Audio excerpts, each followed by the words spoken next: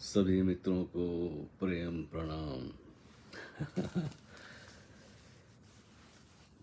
जब कभी कुछ कहने को नहीं होता है या अंदर से प्रेरणा ही नहीं आती है कुछ बोलने की ना लिखने की, तो बड़ा अजीब सा लगता है जब कोई मित्र के प्रश्न जो आए पड़े हैं पता नहीं कब से वो सामने आ जाते हैं। तो फिर मैंने आपसे पूछा स्वामी जी से कि आपके प्रश्न का जवाब दिया कि नहीं, तो उन्होंने कहा नहीं दिया। अब पता नहीं वो 2 साल पहले पूछा था, 3 साल पहले पूछा था, कब पूछा था मुझे ठीक से याद भी नहीं है। लेकिन बस वो बहुत सारे प्रश्न पड़े हैं तो उनमें कभी देखता रहता हूँ, शायद कोई अंदर से छू जाए बात तो बोल देंगे, नहीं तो फिर जाने देंगे। तो कई बार प्रश्नों को देख भी लेता हूँ लेकिन अंदर से कुछ होता ही नहीं है, तो फिर मैं सोचता हूँ छोड़ो। तो आज ऐसा ही 2 प्रश्न हैं हमारे स्वामी अंतर्वर्तन के। स्वामी जी नमस्कार। हमारे प्यारे मित्र, आप कहाँ हैं? भोपाल में हैं या कहीं और हैं? शायद 2-4 दिन पहले बात तो हुई थी आपसे, ऐसी कुछ जानकारी लेनी थी, पता नहीं, याद नहीं अब तो मुझे। तो खैर, आपके जो प्रश्न हैं, हाँ ये भी बड़ी मुश्किल है जी। आजकल ये टेक्नोलॉजी है, अगर इसको छेड़ो नहीं तो ये गायब हो जाती है 2 मिनट में। और फिर हाँ, देखो जी अब सामने रख दिया, लेकिन प्रश्न पूछना आपका काम है और प्रश्न का जवाब देना ये तो ओशो की कृपा होगी तब होता है। अब ये हम चाहें भी तो क्या करें। मूड की बात कहो, हमारी सारी जो भाषा है वो मूड की बात है, या सही सही में कहो तो भाई प्रेरणा है, अंदर से प्रेरणा आएगी तब बात होगी। तो आपने पूछा है स्वामी जी, कभी आपकी बॉडी से चेतना अलग दिखाई दी है, या ऐसा कोई प्रयोग आश्रम में किसी ने किया है? मेरा भाव है मैं इसको अनुभव करूं। प्लीज इस पे कुछ कहे। ये मत कहना कि ये चाह ही बाधा है और ये बहुत खतरनाक है, कोई तो मार्ग होगा इसका, वो क्या है? और दूसरा प्रश्न है आपका, स्वामी जी ओशो को पढ़ सुनकर सबके मन में बिना अपने अनुभव को जाने उधार ज्ञान के जरिए भी गुरु बनने की अभिलाषा क्यों पैदा हो जाती है? स्वामी अंतर्वर्तन, ये तो बड़ी साधारण सी बात है, गुरु बनना हर कोई चाहता है। हाँ, हाँ। अब ये मनुष्य ही ऐसा है, अब इसको किसका दोष दिया जाए? मामला ज़्यादा सस्ता लगता है। वो एक शेर सुना था, पता नहीं किसका, मैंने कि मगर इसमें लगती है मेहनत ज़्यादा, बेहतर है इंसान से फरिश्ता होना। नहीं नहीं, तो अब देखिए जी, जो दिमाग में है ना, बहुत कुछ समय के साथ धुंधली पड़ जाती है बातें। फरिश्ते से बेहतर है इंसान बनना, लेकिन इसमें पड़ती है मेहनत ज़्यादा। तो इंसान बनने में तो बड़ी मेहनत करनी पड़ती है, और कई लोग दावा कर देते हैं, और ऐसे चलता है। मनुष्य का स्वभाव ही समझ लो, जैसे क्रोध आता है, प्रेम उमड़ता है, ईर्ष्या होती है, ऐसे धन कमाने की, प्रेम पाने की या प्रेम देने की, ये सारे गुण अवगुण इंसान के जो सारा जो पुलिंदा है, जिसको हम शरीर मन और भाव कहते हैं, इसकी सब गुणवत्ताएं हैं। इसमें अवगुण भी है और गुण भी हैं। मोहब्बत नफरत में बदल जाती है, दोस्ती दुश्मनी में बदल जाती है, शत्रु मित्र बन जाता है। सब ये सब चलता रहता है। जो विरोधाभास हैं, अपोजिट हैं, जो अलग अलग दिखाई देते हैं, उनमें अदला बदली होती रहती है। तो मैं क्या कहूँ कि गुरु क्यों बनना चाहता है आदमी, सुना सुना ये बात हमने भी ओशो को सुना था शुरू शुरू में, तो हमें भी ये भूत सवार हो गया था कि ज्ञानी हो गए। और फिर ओशो को पत्र लिखना शुरू कर दिया, तो उन्होंने शुरू शुरू में तो शाबाशी की, पीठ ठोकी, जरा हौसला अफजाई भी की कविताओं के कारण। लेकिन फिर उन्होंने देखा कि जरा ज़्यादा ही बकवास कर रहा है, तो फिर हमें झाड़ भी दिया, समझा भी दिया। लेकिन आश्चर्य तो तब हुआ तब उन्होंने मुझे ये पत्र लिखने की जिम्मेदारी सौंपी। तो मैंने सोचा कि नहीं, गुरु नाराज भी होता है तो भाई उसमें उसकी करुणा होती है। तो अब मेरा तो ये पत्र लिखना ऐसा है कि अपनी तरफ से तो मुझे लगता है कि मैंने ओशो की पूरी बात नहीं मानी। उन्होंने जो मुझे काम दिया था वो मैंने पूरी तरह से निभाया नहीं, अधूरा छोड़कर भाग गया। उसके दूसरे भी कई कारण हो सकते हैं। तो मैंने जाहिर कर दिया कि मैंने क्यों छोड़ दिया काम। खैर, फिर बरसों बीत गए, सोचा नहीं था कि फिर से ये लिखने का और प्रश्नों के उत्तर देने का सिलसिला शुरू होगा। लेकिन आप जैसे मित्र मिल जाते हैं जो बड़े अपने भाव से पूछते हैं ना, तो मुझसे जुड़ना है तो भाव से ही जुड़ सकता है व्यक्ति, या सदगुरु से भी जुड़ना हो, या हम आपस में मित्र हैं तो एक दूसरे से भाव के तल पर ही जुड़ते हैं। बुद्धि से तो क्या लेना देना। तो मेरी बुद्धि की बातें मैं खुद ही नहीं सुनता हूँ, टाल जाता हूँ। लेकिन जब भाव उमड़ता है किसी के प्रति, किसी प्रश्न के प्रति या उस व्यक्ति के प्रति, तो चलो गपशप कर लेते हैं थोड़ी सी। तो गुरु की तो बात तो ऐसा है कि भाई एक ढूंढो हजार मिले। भारत में गुरुओं की कमी नहीं है, और ऐसा ही विदेशों में है। लेकिन हालांकि वो गुरु शब्द का इस्तेमाल नहीं करते हैं, लेकिन अपने आप को थेरेपिस्ट बोलते हैं, साइकोलॉजिस्ट बोलते हैं, या काउंसलर बोलते हैं, या हजार ढंग के हैं। लेकिन यहाँ भी हैं गुरु। मनुष्य का स्वभाव में से गहरे से गहरी इच्छा होती है कि सलाह देना, मशवरा देना। तो हम सब उसी के शिकार हैं, कहना चाहिए। We are victim, all of them, I am including myself. इसमें क्या है, अपने गुणों को और अवगुणों को स्वीकार कर लेना चाहिए। हाँ, लेकिन मेरा कोई दावा नहीं है। हाँ, मैं तो जैसा ओशो का शिष्य हूँ तो बड़ी कृपा है, बड़ी अनुकंपा है, बड़ी ऐसी बात है कि जिसका मैं कितनी बार, हजार बार कृतज्ञता ज्ञापन करूं तो मैं ओशो का शिष्य ही बना रहूं। क्या करना है, गुरु बन के जिम्मेदारी का काम है। फिर हजार बुराइयां निकालने वाले निकालते ही रहते हैं। खैर, उससे तो हम नहीं डरते हैं। लेकिन चलो अब ये मुद्दे की बात करें, नहीं तो बात में बात निकल जाएगी। आपने क्या पूछा था ये? हाँ, तो गुरु बनने की बात तो होगी स्वामी जी। आपकी पर्सनालिटी बड़ी अच्छी है। हाँ, ओशो जो से दिखाई देते, दाढ़ी आड़ी और बढ़ा लो, टोपी लगा लो, तो आप भी बन सकते हैं गुरु। अगर अंदर भाव है, करने का इच्छा है, तो इच्छा पूरी कर लो भाई। इसमें क्या है, कह देना भाई मेरी इच्छा थी गुरु बनने की तो बन गया। इसमें क्या है, करके देख लो तो मुक्त हो जाओगे इस भाव से भी, गुरु बनने की इच्छा से भी, क्योंकि मुक्त तो होना ही है ना। तो अभी आपका वो जो प्रश्न है उस पर कुछ बात इससे पहले की। हाँ, तो ये आपका प्रश्न इस प्रकार है कि कभी आपकी बॉडी से चेतना अलग दिखाई दी है, या ऐसा कोई प्रयोग आश्रम में किसी ने किया है? मेरा भाव है मैं इसको अनुभव करूं। प्लीज इस पे कुछ कहें। ये मत कहना कि ये चाह ही बाधा है और ये बहुत खतरनाक है। कोई तो मार्ग होगा इसका, वो क्या है? हाँ, ये अनुभव की बातें होती है ना, तो कहना बड़ा मुश्किल हो जाता है शब्दों में। जब तक आपको सर दर्द ना हुआ हो तो लाख कोई समझाए कि सर दर्द क्या होता है। आप सुनेंगे लेकिन आपको वो एक्सपीरियंस तो नहीं होगा ना, अनुभव तो नहीं होगा। ऐसा ही प्रेम का भी अनुभव है, जब तक आपको प्रेम हुआ नहीं है तो ये अभी आउट ऑफ बॉडी एक्सपीरियंस है, ये क्या है। तो मैंने सोचा अभी कैसे आपको जवाब दूं।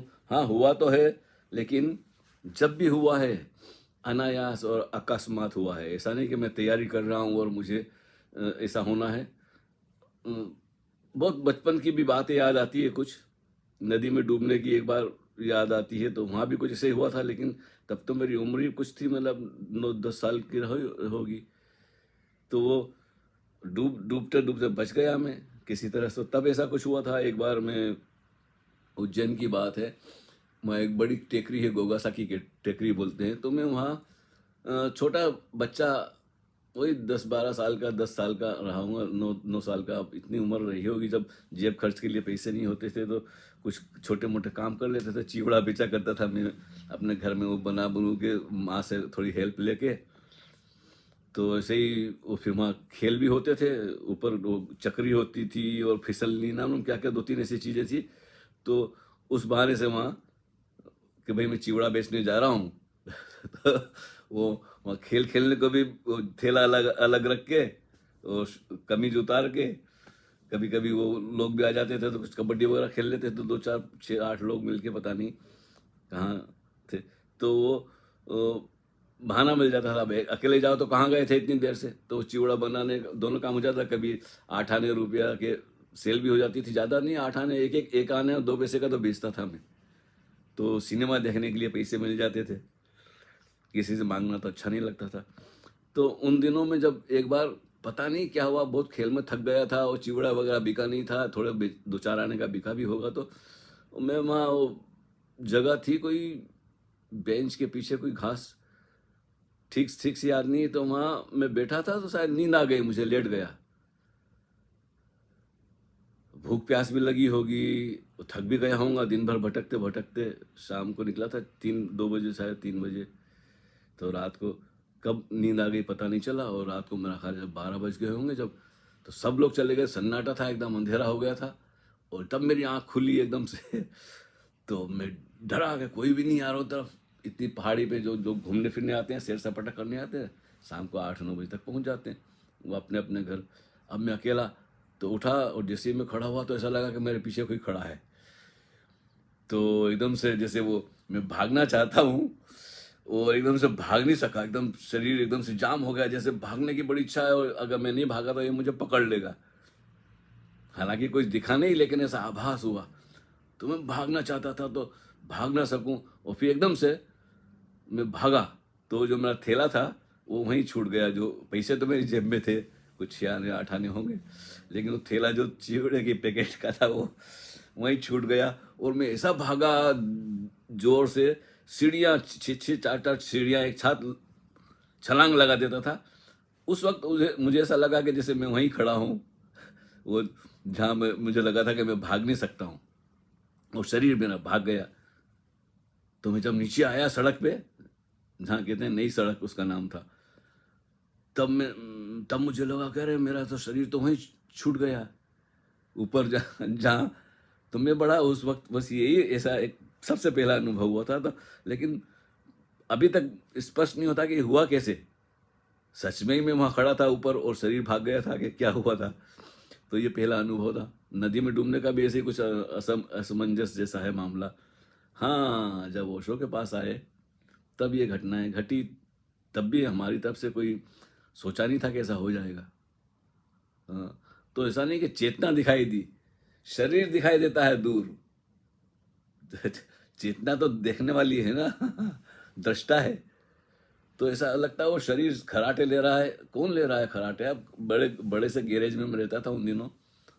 एक बार मुंबई में भी ऐसा हुआ, चौपाटी पे अज्ञात यात्रा में भी ऐसा हो गया कि एकदम से शरीर छोड़ के चले जा रहे हैं उड़ते हुए। क्या बोलते हैं कि ऐसा लगा जैसे अभी ग्रेविटेशन के बाहर होने वाला हूँ, तो फिर तो लौटना मुश्किल हो जाएगा। तो धड़ाम से एकदम से 1 सेकंड में वापस शरीर में। तो ये स्वामी जी ये सब बातें हैं, इन बातों की चर्चा करने से कोई सार नहीं है, ये व्यक्तिगत अनुभव हैं। विधियां भी हो सकती हैं, आप ढूंढ लीजिए द बुक ऑफ सीक्रेट्स में या तंत्र सूत्र में, और न मालूम ओशो ने कहाँ कहाँ इजोटेरिक बातें कही है। उनमें जो विधि आपको सूट बैठ जाए, मुझे तो याद नहीं है भैया, मैंने इतना सब भूल भी गया हूँ। लेकिन हो सकता है उपाय, सक्रिय ध्यान कीजिए। या हाँ, दौड़ने वाली बात है, दौड़ने वाली बात ये मुझे याद आई कि हाँ, जब दौड़ लगाता व्यक्ति 100%, मतलब मैं तो भय के मारे दौड़ा था ना, तो ऐसी दौड़ लगाइए, मील 2 मील की, लथपथ हो जाइए, थक जाइए, शरीर को एकदम थका डालिए। ऐसा ही सक्रिय ध्यान में भी हो सकता है, और फिर बाद में बैठ जाइए, लेट जाइए। ये मतलब ये एक उदाहरण मैंने दिए हैं। अब जरूरी नहीं है कि आपके मन में वही उद्देश्य होगा कि भाई मैं ऐसा करूंगा तो ऐसा हो जाएगा। तो फिर हम कल्पना कर लेते हैं, प्रोजेक्ट कर लेते हैं कुछ। अच्छा है, इन बातों से बेहतर है मैं आपको इशारों इशारों में एक कविता सुना देता हूँ। चलो, एक नहीं 2 सुना देता हूँ, क्योंकि ये पहली वाली तो बड़ी छोटी सी है मेरा ख्याल है। देखते हैं फिर भी। लीजिए जी, ये आपके पास किताब है मेरी किताब आवार की। हाँ, इसी की कविता है ये, कि इसी उलझन में है ना कि मैं कौन हूँ। मैं एक नाम हूँ, मैं एक नाम हूँ, एक जिस्म हूँ, या सिर्फ ख्याल हूँ मैं। मेरे वजूद का तिलिस्म क्या है? मेरे वजूद का तिलिस्म क्या है, जो हर रात खो जाता है, फिर हर सुबह मौजूद हो जाता है। किसी जवाब से अब मुझको तसल्ली नहीं मिलती। रात दिन शोले सा जलता हुआ सवाल हूं मैं। मैं कौन हूँ, क्या खोजता हूँ, क्या पाऊंगा? या पानी की एक बूंद की तरह, या पानी की एक बूंद की तरह रेत के समंदर में खो जाऊंगा। मेरी हकीकत क्या है? क्या वक्त के समंदर में उठी सिर्फ एक लहर का उरूज और जवाल हूँ मैं? एक लहर का उठना और गिरना ही हूँ कि इससे भी ज़्यादा मेरी हस्ती है? रात दिन शोले सा जलता हुआ सवाल हूँ मैं। अब मुझको किसी किसी जवाब से अब मुझको तसल्ली नहीं मिलती। जब शब्दों से सुनी गई बातों से तसल्ली नहीं होती, और अंदर कहना चाहिए कि चाह नहीं, चाह तो कुछ पाने की होती है, और प्यास होनी चाहिए। चाह से भी बढ़ के कहूँगा, चाह तो होती है मन की, मन ये चाहता है, वो चाहता है, वो चाहता है। प्यास होती है अस्तित्व की। जब बहुत प्यास लगी हो तो आदमी सिर्फ पानी के सिवाय और क्या सोचेगा? तो जब मतलब सारी आकांक्षा ही कहिए, क्या कहना चाहिए, अभिप्सा, आपने कहा अभिप्सा। हाँ, तो गहनतम अभिप्सा हो सकता है कि बिना कुछ किए ही हो जाए। जैसा अष्टावक्र में ओशो ने कहा है, जस्ट अंडरस्टैंडिंग इज इनफ। अब ये तो कोई लाखों में या करोड़ों में, ओशो ने तो इस बात को कहा है ताकि हमें पता चल जाए कि ऐसा भी संभव है मनुष्य के जीवन में। और उन्होंने तो कहा है, जब मुझे हो सकता है तो सभी को हो सकता है, लेकिन हम अपनी पूरी शक्ति लगाते नहीं दांव पर।